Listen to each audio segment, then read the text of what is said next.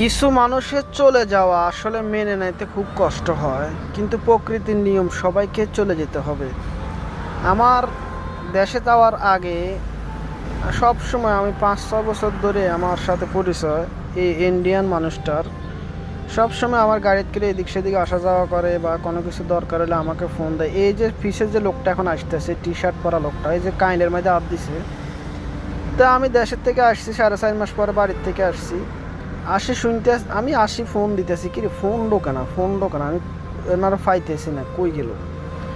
এখন কালকে আমি একজনের ফোন দিলাম, আমি দোস্ত এই এর নাম হয়েছে রেডি, আমি রেডি কোথায়, রেডিতে পাইতেছি না, ওর মোবাইল বন্ধ, মোবাইল নাম্বারটা দিয়েছে।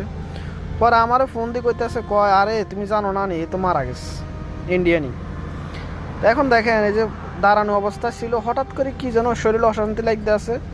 ওই টুলটা মাঝে যায় বসছে, টুলের মধ্যে বসার থেকে পরিয়ে ওই দোকানদারের হাত ধরে দেখতে আসে যে শিরা চলে না, মারা গেছে। তো আমরা আসলে কত কিছু নিয়ে বহাই করি, অহংকার করি, মারামারি করি, কাটাকাটি করি। আসলে দেখেন, বাঁচি থাকার জন্য 1 মিনিটের ভরসা নাই, 1 মিনিটের। ও কি যেন কিনতে আসছে দোকানে, ও কি জানে যে ওর এবার এখানে গেলে আর ও বাঁচত না।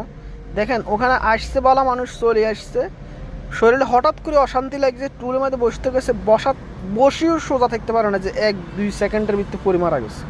তো সেই জন্য মানে কিছু কিছু চলে যাওয়া মানুষের মেনে নিতে খুব কষ্ট হয়।